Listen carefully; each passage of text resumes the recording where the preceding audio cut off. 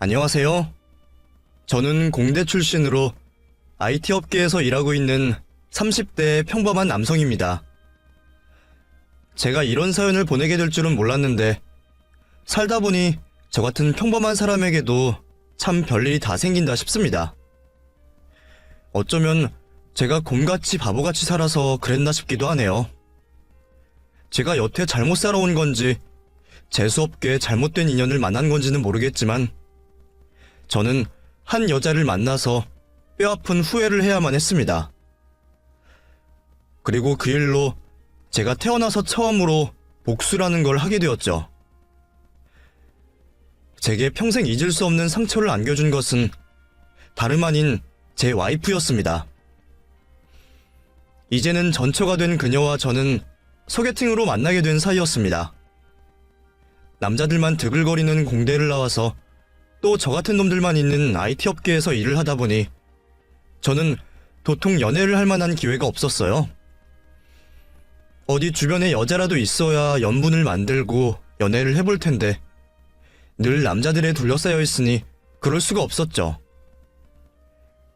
그렇게 30 넘도록 나이만 먹었던 저는 어느 날 직장 동료의 대타로 소개팅을 나가게 되었고 중소기업에서 마케팅 디자이너로 일한다는 그녀를 만나게 되었어요. 그리고 기대 없던 그 소개팅 자리에서 저는 그녀에게 한눈에 반하고 말았습니다. 소개팅에서 이상형을 만날 줄 몰랐던 저는 기대 이상의 만남에 마음이 설렐 수밖에 없었죠. 다행히 그녀도 제가 나쁘지 않은지 저희는 다음 만남을 이어가게 되었고 적당한 3살 차이의 저희는 자연스럽게 연인이 될 수 있었습니다. 30이 넘은 저와 20대 후반의 지현이는 서로 결혼을 전제로 만남을 가지게 되었습니다. 지현이 같은 여자라면 결혼을 해도 좋겠다 싶었지만 늘 조심성이 많던 저는 적어도 몇 년은 연애를 했으면 싶었어요. 그런데 지현이는 여자 나이 30 코앞이면 결혼이 급하다며 하루빨리 저와 결혼을 하고 싶어 했습니다. 그리고 그 와중에 제가 드디어 연애를 한다는 걸 알게 되신 어머니가 제게 결혼을 재촉하셨죠. 너 설마 그 나이에 연애만 하다 끝낼 생각은 아니지? 적당한 아가씨 같으면 데려와서 인사부터 시켜라. 인사는 무슨 인사예요. 아직 그 정도 아니야. 30 다 된 남녀가 그럼 결혼 생각도 없이 만나? 네가 오랜만에 연애하는 거 보니 잘 되는 것 같은데 그러지 말고 자리부터 만들어봐. 엄마는 너 하루빨리 장가 보내는 게 소원인 거 알지? 일찍 돌아가신 아버지 때문에 평생 홀로 저를 키워오셨던 어머니는 제가 얼른 장가를 가기를 바라셨습니다. 그동안 고생도 할 만큼 하고 그만큼 돈도 벌고 여유도 생겼지만 못해준 것 없이 열심히 키운 아들이 여태 혼자 있으니 그게 걱정이셨나봐요. 그랬던 제가 오랜만에 연애를 하는 모습에 어머니도 기대가 많으신 듯 했습니다. 결국 재촉하시는 어머니 때문에 저는 여자친구를 소개하게 되었습니다. 그럼 부모님은 오래전에 이혼하시고 지금껏 교류는 없다는 거니? 지금은 혼자 살고 있고? 네, 아버지는 연락 안 된 지 좀 됐고요. 엄마는 연락처를 알기는 한데 연락하고 지내지는 않아요. 20살부터 쭉 혼자 살고 있고요. 그래, 나도 혼자 자식 키운 마당에 그런 걸로 타박하라는 건 아니다. 너만 잘하면 되는 거지. 사실 지연이에게는 가슴 아픈 가정사가 있었습니다. 부모님이 오래전 이혼을 하시고 조부모님 손에 자라다가 조부모님이 돌아가신 뒤로는 쭉 혼자 살고 있었거든요. 그래서 늘 외롭던 지연이는 하루빨리 결혼을 하고 싶어 했어요. 저희 어머니도 지연이의 그런 사정을 들으셨고 다행히 그 일을 문제 삼지는 않으셨습니다. 오히려 마음만 맞으면 빨리 결혼을 하기를 바라시더라고요. 그럼 둘 다 적은 나이도 아니니 올해 안에 식을 올려라. 그쪽 집에 따로 허락받아야 하는 거 아니면 우리끼리 후딱 끝내버리자. 내가 마음이 좀 급해서 말이야. 어머니가 장사 수완이 좋으신 만큼 원래 추진력이 좋으시다는 건 알았지만 그때는 왠지 더 급해 보이시더군요. 그렇게 지연이를 직접 만나보신 어머니는 바로 결혼을 허락하셨고 결혼 준비를 전적으로 도와주시겠다며 저희의 결혼을 서두르셨습니다. 별 생각 없던 저는 어머니 성화에 얼떨결에 결혼 준비를 하게 되었죠. 하지만 결혼 준비는 제 생각보다 어려운 일이었습니다. 결혼을 준비하면서부터 어머니와 여자친구 사이에 잡음이 생기기 시작했거든요. 어머니는 어머니대로 며느리 욕심이 있으셔서 그런지 여자친구에게 바라는 게 많으셨고 지연이는 그런 저희 어머니를 불편해했습니다. 아니, 이것도 안 된다 저것도 안 된다 그러면 나더러 어쩌라고 그러시는 거야? 어머니가 내가 고른 아파트는 다 안 된다고 퇴짜 놓으셨어. 구경하기도 어려운 아파트라 겨우 약속 잡았는데 가격 듣더니 바로 나가시는 거 보고 내가 얼마나 황당했는 줄 알아? 그러게 그 집은 너무 비싼 것 같다고 그랬잖아. 돈이 모자라면 오빠가 더 보태면 되잖아. 그리고 애초에 우리가 살 집인데 왜 자꾸 어머니가 간섭하시는 거야? 그래도 엄마가 구해주시는 집인데 엄마 의견도 들어봐야지. 오빠, 나 너무 힘들어. 그냥 우리 마음대로 하면 안 돼? 오빠가 어머니한테 말 좀 잘해봐. 집을 구하는 문제부터 예식장에 신혼여행지까지 어머니와 지연이의 의견은 늘 정반대였습니다. 어머니는 어머니가 생각하는 예산에서 전세로 집을 구해주려 하셨고 지연이는 처음부터 빚을 내더라도 좀 더 넓은 평수에 매매를 하고 싶어 했습니다. 신혼 살림 때부터 때 빼고 광낼 필요 없어. 집이야 가격 좋을 때 사면 되는 거고 애 생기면 그때 생각하면 돼.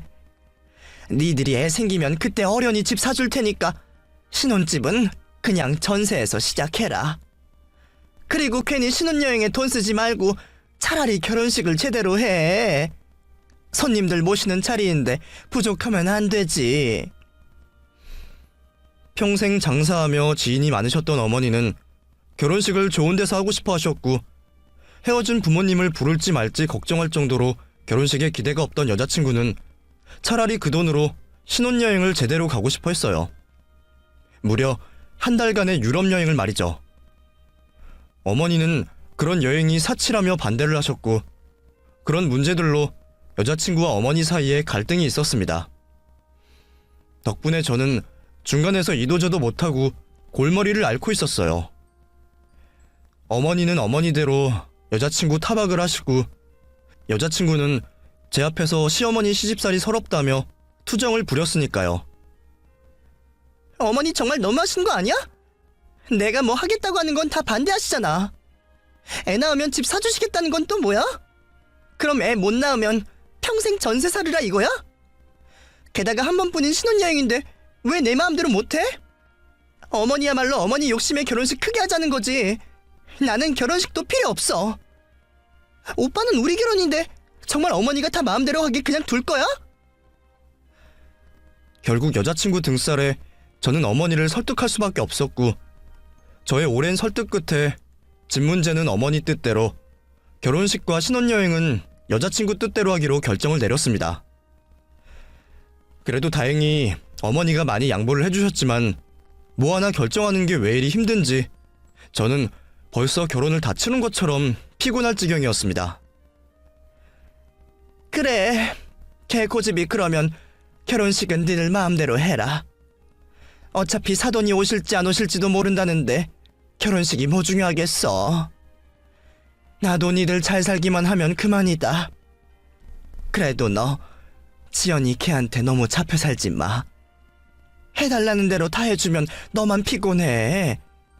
부부가 서로 맞춰 살아야지 한쪽이 끌려다니면 되겠니? 아무튼 나도 네 결혼은 시켜야겠어서 양보하지만 결혼 생활은 네가 잘해야 한다. 어머니는 지연이가 결혼 후에도 억지를 쓸까 걱정이신지 제게 너무 끌려다니지 말라 몇 번이고 당부를 하셨습니다. 그런 걸 보면 어머니 눈에 며느리가 탐탁지 않은가 싶은데 그렇다고 또 결혼 반대는 안 하시니 저는 의아했죠.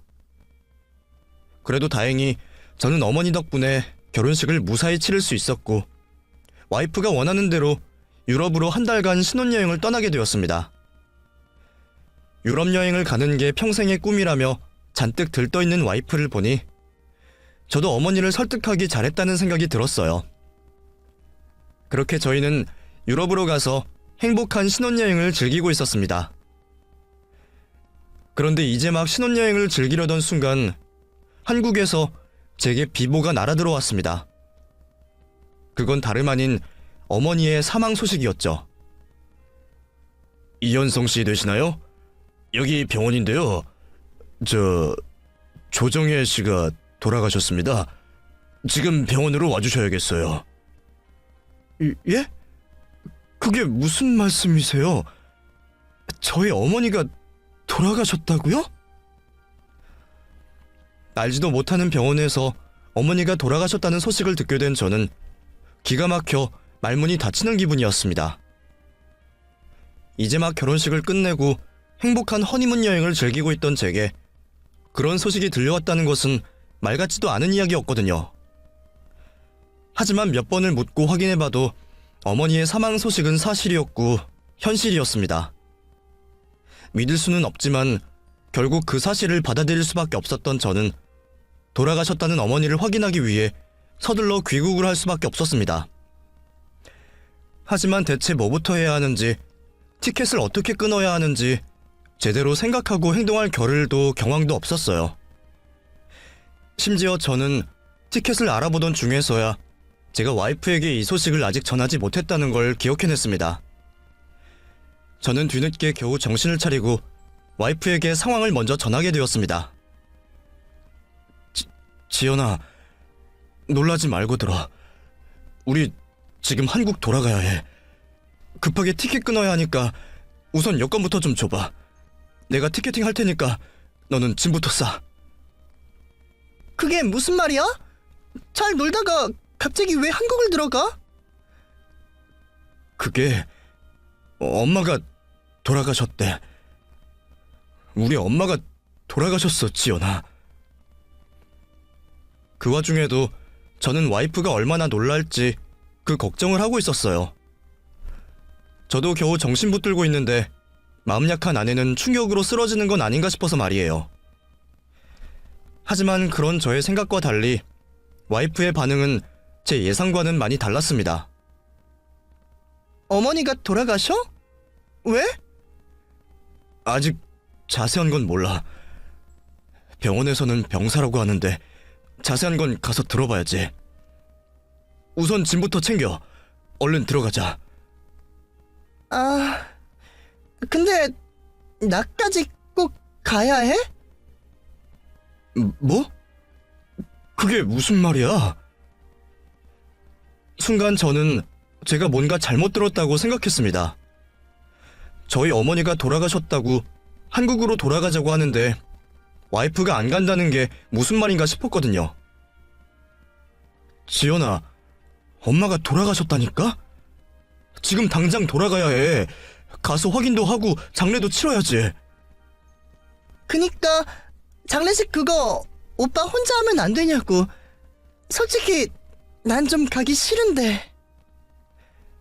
다른 사람도 아니고 저희 어머니이고 자기 시어머니인 사람의 장례식에 참석하기 싫다는 와이프의 얘기에 저는 경악을 할 수밖에 없었습니다.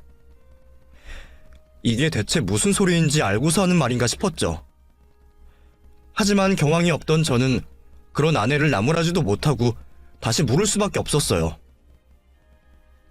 지연아, 너 그 말 진심이야? 우리 엄마 장례식에 가기 싫다는 거야? 그게 무슨 말이야 대체? 아니, 며느리가 시어머니 장례식에 가기 싫다고 하는 게 어디 있어? 그럼 지금 나더러 혼자 엄마 장례식을 치르라는 말이야? 내가 알아들은 게 맞아? 사실 난 좀 그래. 나 어머니랑 별로 안 친하잖아. 아니, 솔직하게 말하면 어머니가 나 마음에는 들어 하셨어? 우리 결혼 준비하는 내내 나한테 딴지 걸고 시비 걸고 내가 욕심이라도 부릴까봐 전전긍긍하면서 날 얼마나 괴롭히셨어. 내가 어머니한테 혼난 것만 해도 수두룩이야. 내가 그동안 얼마나 속상해했는지 뻔히 알잖아. 오빠도 그래서 결혼하고 내가 시집살이 안 당하게 도와준다며. 그건 그거고 이건 이거지. 그렇다고 며느리가 시어머니 장례식을 안 가? 진심이야? 몰라. 솔직히 가기 싫어. 나 그냥 여기 남아서 여행이나 더 할래. 그냥 오빠 혼자 해. 너무 뻔뻔하게 말하는 와이프의 모습에 저는 순간 소름이 끼치기까지 했습니다. 시어머니랑 사이가 좋지 않았다고 장례식을 참석하지 않고 혼자 남은 여행을 하겠다는 이 사람이 내가 알던 그 여자가 맞나 싶더군요. 물론 저희 어머니가 며느리를 마음에 쏙 들어하지 않으신 건 저도 알고 있었습니다. 워낙 자식 걱정이 많으신 분이라 며느리에 대한 기대가 크셨으니까요. 그렇다고 저희 어머니가 저희 결혼을 반대하신 것도 아니고 와이프를 그렇게 못살게 괴롭히신 것도 아니셨잖아요. 그저 잔소리 좀 하신 걸 가지고 악감정이 생긴 건지 저는 그런 와이프의 행동을 도저히 이해할 수 없었습니다. 그러지 말고 같이 가자. 아무리 그래도 장례식을 안 가는 건 말이 안 되지. 네가 내 여자친구였어도 지금 나랑 같이 가줘야 하는 거 아니야? 근데 와이프 되는 사람이 이러는 게 어디 있어? 내가 오빠랑 결혼한 거지 어머니랑 결혼한 거 아니잖아. 솔직히 이제 막 결혼하고 신혼여행 온 건데 내가 돌아가신 시어머니한테 며느리 노릇 꼭 해야 해? 그리고 나 휴가 겨우 내서 여기까지 온 건데 그거 다 포기하고 가서 장례식장이나 지키고 있으라고? 내가 유럽까지 언제 또 올 줄 알고 여행을 포기해? 내가 여기 얼마나 오고 싶어 했는지 알잖아. 나 그냥 여행하고 싶어. 제가 겨우 화를 참으며 설득을 해보려고 노력했음에도 와이프의 생각은 변하지 않았습니다. 진짜 이유가 저희 어머니가 미워서인지 유럽 여행을 포기하지 못해서인지는 모르겠지만 겨우 그런 이유가 아니라 더 대단한 이유였더라도 저는 와이프의 선택을 절대로 이해하지 못할 것 같았습니다. 고아처럼 살았던 사람이라 그런가 싶은 생각마저 들었죠. 무슨 이유든 간에 어이가 없었지만 그렇다고 제가 안 가겠다는 사람을 억지로 끌고 갈 수는 없는 노릇이었어요. 결국 한시가 급했던 저는 아내를 두고 혼자 귀국을 하게 되었습니다. 이미 그런 소리를 하는 와이프에게 정이 떨어질 대로 떨어진 탓에 그 여자랑 신랑이 하는 1분 1초마저 아까웠습니다. 그래서 더 군말하지 않고 조용히 혼자 짐을 싸서 호텔을 나왔죠. 그렇게 저는 제일 빠른 비행기를 타고 한국으로 돌아오게 되었습니다. 그리고 곧장 달려 어머니가 계시다는 병원으로 향하게 되었죠. 이미 영안실에 안치되어 계시던 어머니는 차가운 송장이 되어 계셨습니다. 왜 하필이면 제가 없을 때 혼자 돌아가 버리신 건지, 하나뿐인 아들이 어머니의 임종도 지키지 못했다는 게 저는 너무나 죄스럽고 후회스러웠습니다. 하지만 제가 후회할 일은 그게 끝이 아니었습니다. 그제서야 알게 된 어머니의 죽음은 도무지 믿기 어려운 것이었습니다. 병원에 도착해서야 알아보니 저희 어머니가 이미 병을 앓고 계셨다고 하더군요. 진작 보호자에게 얘기를 하시라고 말씀드렸었는데 가족들에게 짐이 되기 싫으시다며 고집을 부리시더니 이렇게 되었습니다. 환자분이 갑자기 상태가 나빠지셔서 저희도 더 손을 쓸 수가 없었습니다. 아마 얼마 남지 않았다는 걸 환자분께서는 알고 계셨을 겁니다. 마지막에는 치료도 포기하셨거든요. 제가 모르고 있었던 어머니의 병환에 저는 충격을 받을 수밖에 없었습니다. 어머니는 암과 암으로 인한 합병증을 앓고 계셨고 제가 모르는 동안 혼자 치료를 받고 계셨다고 했습니다. 이미 그게 몇 년 전이었고 좋아지는 듯 했던 병세는 최근 들어 다시 안 좋아지고 있었답니다.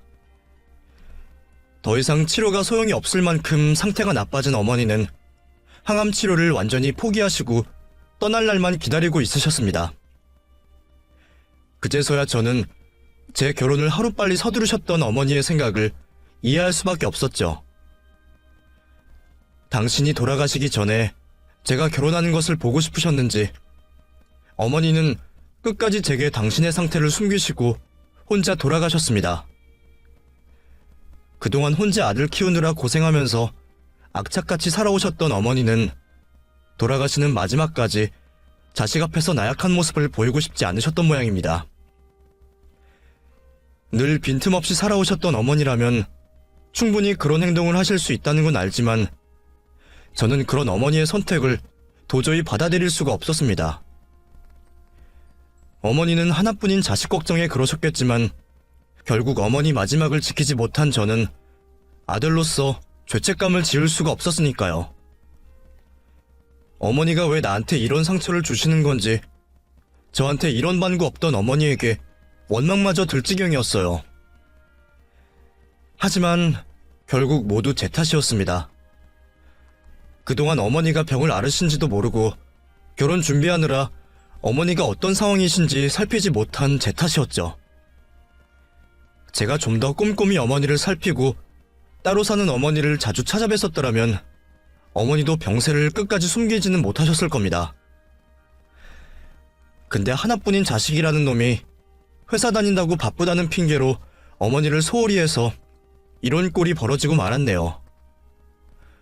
심지어 그런 자식 결혼시킨다고 끝까지 혼자 고생하다가 가셨던 어머니인데 정작 아들놈은 어머니 장례식장에 며느리를 데려다 앉혀놓지도 못했습니다. 그 상황이 얼마나 기가 막히고 제가 한심한지 마음 같아서는 당장이라도 어머니를 따라가고 싶은 심정이었습니다. 차라리 어머니 대신 내가 떠날 것을 그랬구나 싶은 생각까지 들었죠. 제가 그런 생각을 하는 자체로 저희 어머니는 속상해 하시겠지만 저도 자식된 입장에서 똑같이 어머니를 걱정하고 그리워할 수밖에 없었습니다. 하지만 불효자식인 제가 어머니에게 마지막으로나마 자식도리를 하는 것은 어머니를 걱정 없이 떠나보내드리는 것밖에 없다는 생각에 저는 정신을 바짝 차리고 어머니의 장례식을 열심히 준비할 수밖에 없었습니다. 저 말고는 평생 가족 하나 없이 외롭게 지내셨던 어머니셨지만 그래도 베푸신 게 많으신 분인 덕분에 어머니 장례식에는 어머니의 죽음을 진심으로 안타까워하는 조문객들이 찾아와 주셨습니다. 어머니와 같이 장사하시며 동거동락하셨던 상인분들과 어머니의 몇 안 되는 친구분들이 찾아와 주셨는데 그분들 모두 얼마 전 저의 결혼식에 참석해 주셨던 분들이셨어요. 겨우 보름 사이에 제 결혼식과 어머니의 장례식을 치르며 같은 손님들을 맡게 된 저의 심정은 이루 말할 수 없이 참담할 뿐이었습니다. 사람들은 그런 제가 안타까운지 쉽게 말도 꺼내지 못하는 듯 했죠. 세상에, 어떻게 이런 일이 있어? 너희 엄마가 얼마나 강인한 사람인데 이렇게 일찍 떠날 사람이 아닌데 말이야. 아휴, 그래도 하나뿐인 자식 장가는 보내고 가고 싶었는지 어떻게 아들 결혼하자마자 떠났네. 이만큼 버텼으면 손주 보는 것도 기다리다 가지. 그러게 말입니다. 다 제 불찰이네요. 아니 근데 며느리는 어디 갔어? 밖에도 안 보이는 것 같던데 같이 안 왔어? 아, 그게 충격을 받았는지 너무 울다가 쓰러져서요. 지금 병원에 입원해 있습니다. 세상에, 이제 막 시집온 며느리가 시어머니를 많이 생각하는구나. 그것도 복이야. 제 결혼 소식을 아는 조문객들 입에서 당연히 와이프에 대한 이야기가 나올 수밖에 없었고 궁금해하는 그분들의 물음에 저는 거짓말을 할 수밖에 없었습니다. 거짓말을 해야만 하는 제 속은 비참했지만 사실대로 말해서 저희 어머니의 마지막을 더 비참하게 할 수는 없었습니다. 다들 며느리가 시어머니 장례식에 일부러 불참했다는 것보다 너무 슬퍼서 쓰러졌다는 걸 더 이해하기 쉬운 건지 다행히 저의 거짓말을 믿지 않는 사람은 아무도 없었습니다. 그렇게 저는 그런 거짓말까지 하게 만든 그 여자를 속으로 원망하고 저주하면서 조용히 어머니의 마지막을 보내드렸습니다. 길고도 짧은 3일장이 모두 끝나고 어머니의 유언대로 유고를 납골당에 모신 저는 그제서야 여태껏 참았던 눈물을 터뜨릴 수 있었습니다. 그동안 너무 울고 싶었지만 저는 장례 내내 눈물을 흘리지 않았습니다. 어머니를 혼자 떠나보냈다는 죄책감에, 겨우 그런 여자를 며느리로 들였다는 죄송함에 제가 감히 어머니 영정 앞에서 슬퍼할 자격이나 되나 싶었거든요. 하지만 이제 정말 어머니를 보내드렸다는 것이 와닿자 저도 더 이상 눈물을 참을 수가 없었습니다. 그렇게 저는 어머니의 납골당 앞에서 혼자 하염없이 눈물을 흘렸습니다. 어머니를 향한 저의 슬픔은 어느새 아내를 향한 분노로 변해 있었습니다. 내가 그딴 여자랑 결혼을 한다고 어머니 곁을 비우고 어머니의 마지막을 지키지 못했다는 생각에 저는 제 와이프라는 그 여자를 도저히 용서할 수가 없었습니다. 대체 그 여자는 무슨 생각으로 장례식을 참석하지 않았을지 저는 도저히 이해가 되지 않았어요. 다만 확실한 건 그 여자에게는 제가 그래도 되는 사람이라는 거였습니다. 내가 그동안 무르게 나온 탓인지 아니면 내가 자기를 버리지 못할 거라 생각해서 그러는지 자기가 그런 짓을 해도 제가 자기랑 헤어지지 못할 거라 확신한다는 거였죠. 그제서야 저는 그동안 제가 얼마나 호구짓을 했는지 알게 되었습니다. 나는 그 여자를 사랑한다고 생각해서 다 해주고 싶었던 저의 진심이 그 여자한테는 아무것도 아니었다는 것이 너무 비참했습니다. 저는 그 여자에게 제대로 복수를 해주고 싶었어요. 어머니의 죽음이 그 여자 탓도 아니고 그 여자한테 복수를 한다고 해서 돌아가신 우리 어머니를 살려낼 수 있는 것도 아니지만 적어도 제가 지금 느끼고 있는 이 비참함과 모멸감은 돌려줄 수 있을 거라 생각했거든요. 그렇게 저는 복수의 칼날을 닦으며 그 여자가 돌아오기만을 기다리고 있었습니다. 장례가 끝나고도 일주일이 지나서야 완전히 여행을 돌아온 와이프는 태연하게 어머니의 장례 처리를 물어왔습니다. 그리고 뻔뻔하게도 자기가 뭐라고 저희 어머니의 유산에 대해 궁금해하는 거였죠. 장례식은 잘 치렀어? 그럼 이제 어머니 유산은 오빠가 받는 거지? 얼마나 받는데? 변호사는 만나봤어? 혹시 상속세 같은 거 계산은 해봤어? 어머니 재산 정도면 상속세 적지 않을 텐데. 이럴 줄 알았으면 어머니 살아계실 때 편법으로 돌리는 게 나은데. 차라리 내 명의로 돌려주시거나 그랬으면 좋았을 텐데 좀 아쉽다. 그치?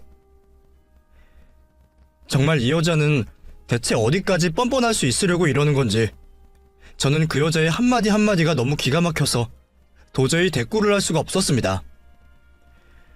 웃으면서 맞장구를 쳐줘야 하나 울면서 욕을 해야 하나 혼란스러울 정도였죠.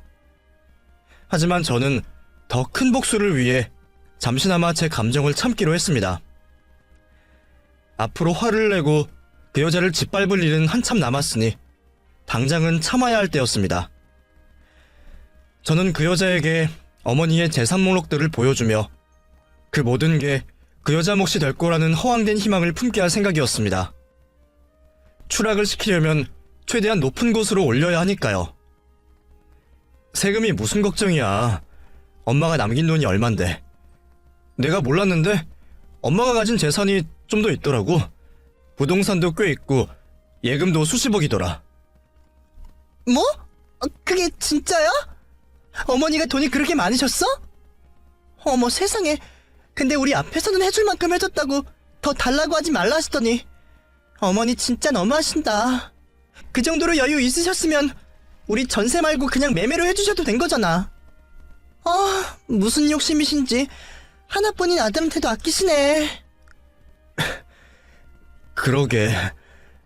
그래도 이제 다 우리 거 되니까 더 이상 서운할 것도 없지. 지연이 너 갖고 싶었던 거 있으면 생각해둬.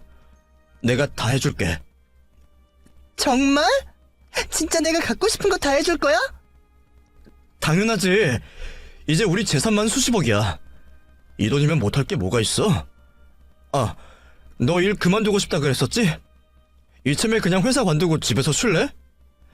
어차피 아이도 곧 가져야 하고 그동안 일 때문에 스트레스 많이 받았잖아. 사실 그래서 여행 더 하고 싶다고 한 네 마음도 이해했어. 처음에는 좀 섭섭하기도 했는데 오죽하면 그럴까 싶더라고. 그동안 지연이 네가 회사 다니면서 스트레스가 좀 많았어.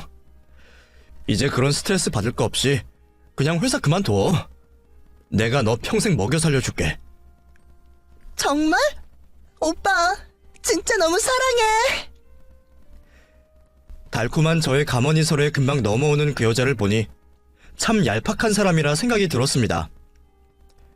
나였더라면 그런 말을 들어도 진심인지 궁금해했을 것 같은데 제가 정말로 어머니 장례식일로 섭섭한 생각이 없는 줄 아는 건지 자기 잘못은 하나도 생각하지 못하고 어머니 덕에 호강할 생각만 하고 있더군요. 덕분에 속이기 쉬운 저는 고마운 노릇이었지만 그동안 내가 이 여자의 이런 얄팍한 면을 왜 모르고 있었을지 속이 아릴 만큼 후회스러웠습니다. 이제 와서 후회를 해봤자 전부 제 탓이고 제 잘못이겠죠. 제 잘못을 바로잡기 위해 저는 노력할 수밖에 없었습니다. 그 여자는 제가 일을 그만두라고 말을 하고 바로 하루 만에 회사에 사직서를 내고 왔습니다. 평소 제가 부탁하는 일은 늘 미적미적거리더니 그런 건 또 속전속결로 해결해버리는 게 어이가 없더라고요. 하긴 누구나 돈 많은 백수 인생을 꿈꿀 테니까 당장이라도 회사를 때려치고 싶었겠죠. 덕분에 저는 손쉽게 1단계 복수를 끝낼 수 있었습니다. 그동안 그 여자가 겨우 그런 회사를 억지로 버티고 다닐 정도였던 걸 보면 나중에 가서 다시 취직을 하기는 뻔한 일이었습니다. 고졸의 중소기업 다니던 여자가 제대로 된 회사를 들어가기는 어려울 테니 저랑 헤어지면 한동안 백수 신세를 면하지 못할 거라 생각했죠. 그렇게 겨우 1단계 복수 준비를 끝낸 저는 다음 복수를 준비했습니다. 어떻게 해야 복수가 될까 한참 고민했는데 사실 저도 방법을 잘 모르겠더라고요. 별로 가진 게 없고 잃을 것도 없는 여자라서 복수가 쉽지 않았거든요. 그렇다면 반대로 그 여자의 마지막 끈앞풀이 저라는 얘기였죠. 그럼 제가 그 여자와 헤어지는 게 그 여자에게는 최고의 복수일 텐데 저는 그 복수도 쉽게 할 생각은 추호도 없었어요. 이런 여자가 나를 진심으로 사랑할 리도 없고 아마 나랑 결혼한 이유도 적당한 경제력 때문일 거라 생각했습니다. 그런 여자에게 다른 남자가 나타나면 과연 이 여자가 그냥 있을 수 있을까요? 그래서 저는 이런 일을 전문으로 해준다는 심부름 센터를 찾아가게 되었습니다. 그리고 이 여자에게 남자를 붙이기로 했죠. 이 여자가 저를 두고 바람이 나게 하는 것, 그게 제가 생각한 두 번째 복수였습니다. 괜히 제 돈 들여서 그 여자 좋은 일을 해주려는 생각은 아니었습니다. 적당히 외도 증거 만들어서 이혼할 때 쓰려는 수작도 아니었죠. 저는 조금씩 그 여자의 목을 졸 생각이었습니다. 물론 그것도 그 여자가 제가 던진 미끼를 물었을 때의 이야기였지만 다행히도 그 여자는 너무 쉽게 그물 안으로 들어오고 말았습니다. 좀 기분 상하실지 모르겠지만 어렵지도 않던데요? 모델 출신 남자애 하나 붙이니까 금방 걸리더라고요. 적당히 기분 좀 내고 살살 작업하고 있으니까 아마 며칠 안에 넘어올 것 같습니다. 아예 방까지 잡으라고 할까요? 방이요? 예, 그래야 확실한 외도 증거가 되니까요. 뭐 거기까지 원하지 않으시면 그냥 적당히 스킨십 정도로 끝낼 수도 있고요. 어떻게 하기 원하세요? 이왕이면 확실한 게 좋기는 하죠. 그럼 남자 쪽에서 밀어붙이지 말고 그 여자가 원하는 데까지 하는 걸로 합시다. 그 여자가 어디까지 가려나 그게 궁금하네요. 업체에서는 적당히 꼬셔서 확실한 외도 증거를 만들 수 있다고 했지만 저는 그 여자가 자기 발로 그물에 제대로 걸려들기를 바랐습니다. 그래서 남자 쪽에서 접근만 하게 시키고 그 뒤는 완전히 그 여자가 하는 대로 놔두라고 지시했죠. 그랬더니 기가 막히게도 그 여자가 그 남자랑 모텔방에 들어간 게 겨우 일주일이 안 걸렸더군요. 심지어 남자 쪽에서 유부녀인 걸 눈치챈 척 말리려고도 했는데 와이프 쪽에서 먼저 적극적이었답니다.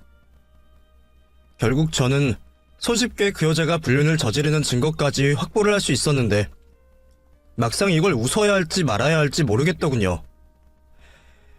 그렇게 외도 증거를 확보한 저는 다음 단계를 시작했습니다. 그럼 이제 이 증거를 가지고 협박에 들어가겠습니다.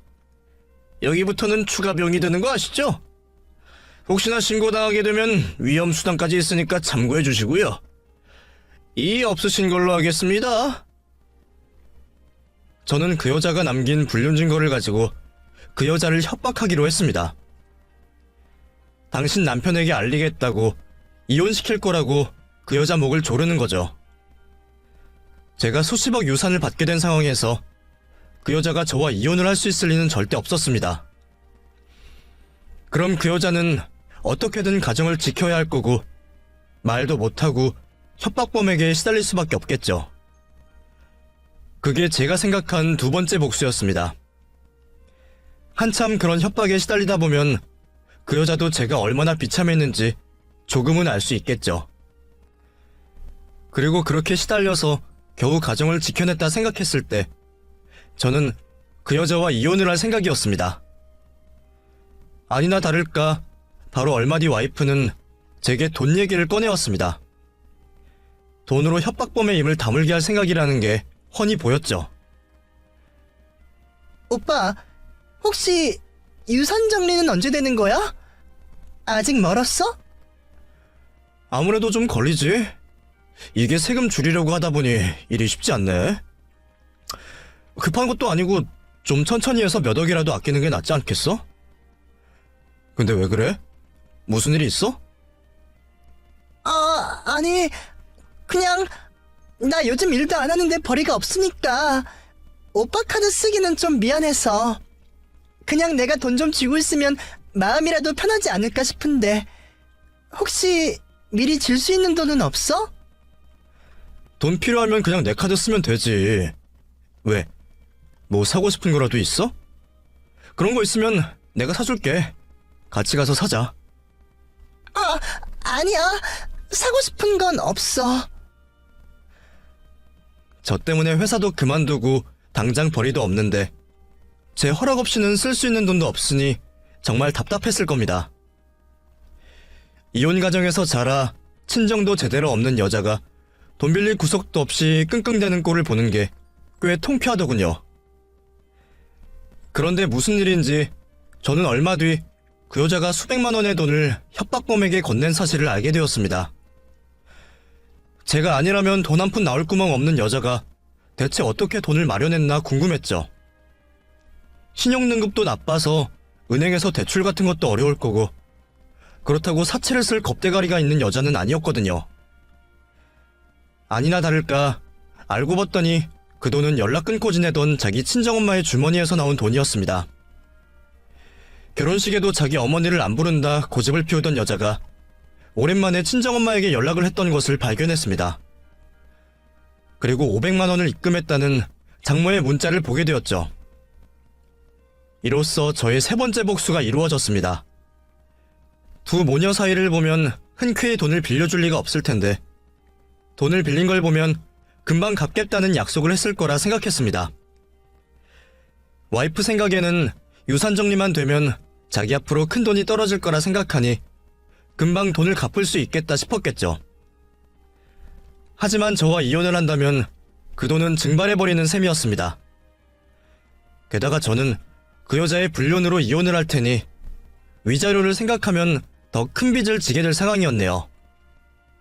그렇게 3달 사이 그 여자를 궁지로 몰아버린 저는 저의 결혼 생활이 100일째 되던 날 그 여자 앞에 이혼 서류를 던졌습니다. 이게 뭐야? 서류 정리 끝난 거야? 그래, 서류 정리 끝났다. 너랑 나랑 이혼 서류. 뭐? 그게 무슨 말이야? 이혼 서류라니. 오빠, 갑자기 왜 이래? 나랑 이혼을 하자고? 그래, 우리 이혼해. 뭐야? 갑자기 큰돈 생기니까 나랑 같이 쓰기 싫어서 그래? 갑자기 왜 이러는데? 네가 몰라서 물어? 정말 내 입으로 얘기해? 너 정말 나한테 잘못한 거 없어? 뭐가? 내가 뭘 잘못했는데? 혹시 설마 내가 어머니 장례식 안 간 것 때문에 그러는 거야? 이제 와서 쪼잔하게 그걸로 일해? 정말 뻔뻔하다, 지연아. 너 나 몰래 바람 폈잖아. 저는 딴소리하는 그 여자에게 제가 쥐고 있던 불륜 증거들을 보여주었습니다. 그 여자는 겨우 500만 원의 증거를 덮었다고 생각했는지 제가 내미는 사진을 보고 깜짝 놀라고 말았습니다. 이게 왜 여기 있어? 이거 어디서 났어? 이제 와서 그게 중요해? 왜? 누가 나한테 이걸 보냈으면 그 사람한테 가서 따지게? 내가 이거 없애려고 무슨 짓을 했는데? 아니, 오빠, 그게 아니라 이거 다 오해야. 나 사실 협박당했어. 나는 정말 하룻밤 실수였는데 이 미친놈이 나한테 이걸 가지고 오빠랑 이혼시키겠다고 돈을 내놓으라고 그러더라고. 걔 아주 선수라니까? 일부러 나한테 접근해서 돈 뜯어가려고 그런 거야. 이거 속으면 안 돼. 변명을 해봤자 네가 나 몰래 다른 놈이랑 바람핀 건 사실 아니야? 네가 알고 당했건 모르고 당했던 네가 벌인 일이 맞잖아. 오빠, 정말 실수였어. 딱 한 번이었어. 제발 나 용서해줘. 나 오빠랑 못 헤어져. 어? 네가 나랑 왜 못 헤어지는지 내가 잘 알지. 너 우리 엄마 유산 때문에 그러잖아. 수십억 돈을 앞에 두고 어떻게 이혼을 하겠어? 근데 너도 참 염치가 없다. 우리 엄마 장례식도 안 오고 남편 두고 바람까지 폈으면서 그 돈은 탐이 나냐?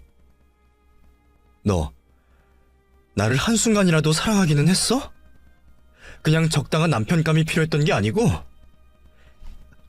오빠, 왜 그렇게 말해? 나 오빠 정말 사랑해. 어머니 일은 내가 잘못했어. 그땐 내가 잠시 돌았었나 봐. 아니, 내가 고아처럼 살아서 그래. 내가 제대로 부모 사랑을 못 받고 커서 오빠 마음을 이해 못했어. 오빠가 나 한 번만 이해해주면 안 돼? 나 오빠랑 헤어지면 못 살아. 제발 나 좀 용서해줘. 내가 평생 반성할게. 어? 그동안 너 같은 인간을 동정하고 사랑했던 내가 등신이야. 대체 네가 뭐가 좋다고 너 같은 여자랑 결혼했을까? 이제라도 후회를 끊으려면 나도 너랑 이혼하는 방법밖에 없어. 긴 말할 필요 없고 당장 짐 싸서 나가. 내가 갈 데가 어디 있어. 나 돈 한 푼도 없는데. 그건 네 사정이지. 아, 그리고 너 돈 준비해야 할 거야. 너 바람 폈잖아. 그거 위자료 내려면 못해도 한 1,000만 원은 필요할걸? 내가 그런 돈이 어딨어. 집 구할 돈도 없는데. 오빠, 제발 그러지 마. 우리 다시 잘해볼 수 있잖아. 어? 말귀 못 알아듣는 척하지 말고 빨리 나가. 안 그러면 진짜 못 볼 걸 보고 끌려나가던가. 나 너 용서 안 해. 네가 우리 엄마 외면한 그 순간부터 나 너 참아온 거야. 근데 결국 이렇게 내 뒤통수를 쳤는데 너 같으면 네가 용서가 될 것 같냐? 내가 그렇게 호구 같아? 저는 그 여자를 길바닥에 쫓아내버렸습니다. 와이프는 갈 곳이 없다고 현관을 두드리며 울부짖었지만 그 여자의 울부짖음이 제 귀에는 즐겁게 들릴 뿐이었죠. 그래서 한참 울어도 괜찮겠다 싶었는데 자기도 창피한 건지 얼마 못 가서 사라져버리더군요. 그 후로 계속 그 여자에게 전화가 걸려왔지만 저는 받지 않았습니다. 대신 변호사 번호를 알려주고 이혼 얘기만 하자고 했죠. 하지만 생각이 짧은 그 여자가 이혼을 거부하는 탓에 결국 저는 소송을 할 수밖에 없었습니다. 하지만 그래봤자 결국 손해보는 건 그 여자일 뿐이었어요. 돈도 없는 사람이 소송은 어떻게 감당할까 싶었죠. 근데 어디서 변호사를 구해오기는 했더군요. 그리고 기막히게도 제게 재산 분할을 요구했습니다. 헤어질 땐 헤어지더라도 내가 받을 돈은 받아야지. 어머니 유산 나도 받을 수 있어. 어머니 유산을 네가 어떻게 받아? 그건 내가 받은 유산이고 네 몫은 하나도 없어. 네가 뭐라도 기여한 게 있기나 해? 대체 무슨 생각으로 유산을 달라는 소리를 하는지 모르겠지만 꿈깨. 살아생전 어머니한테 효도라도 했으면 모를까. 법적으로 그 여자가 어머니 유산을 받을 수 있는 방법은 없었습니다. 결국 재판은 제 예상대로 끝이 났고 저는 그 여자에게 700만 원의 위자료를 받고 이혼을 하게 되었습니다. 바람난 여자에게 받을 수 있는 위자료가 그것밖에 안 된다는 게 아쉬웠지만 이미 변호사 비용으로 수백을 날렸을 그 여자를 생각하니 기분이 풀리더군요. 어차피 저한테는 그 돈보다 복수가 중요했기에 제가 바라던 바는 이룬 셈이었죠. 저의 계획대로 그 여자는 큰 꿈을 꾸다가 처참하게 추락해버리고 말았습니다. 자기 몫이 될 줄 알았던 시어머니 유산은 헛꿈이 되었고 오히려 위자료에 협박범한테 돈까지 뜯겨야 했죠. 게다가 그 여자가 저 몰래 자기 퇴직금으로 외제차 계약까지 했던 걸 알게 되었는데 제 돈이 없으니 그 계약금도 날려야 했습니다. 이제 완전히 백수의 빈털터리가 되었으니 그 여자도 제가 느꼈던 허무함을 조금은 느꼈을까요? 그래봤자 어머니를 잃은 제 심정에 비할 바는 안 되겠지만 저는 제가 할 수 있는 최고의 복수를 했다 생각했습니다. 그렇게 끔찍한 그 여자와 몇 달간의 결혼 생활에 종지부를 찍은 저는 그 후로 여자라고는 쳐다도 보지 않고 살고 있습니다. 어딘가 좋은 여자가 있을지 모르겠지만 아무래도 그 여자에 대한 기억 때문이라도 제가 연애가 쉬울 것 같지는 않네요. 그래도 저는 앞으로도 어머니를 위해 꿋꿋이 살아갈 겁니다. 그럼 여러분도 저를 응원해 주시기를 바라며 감사를 전하겠습니다.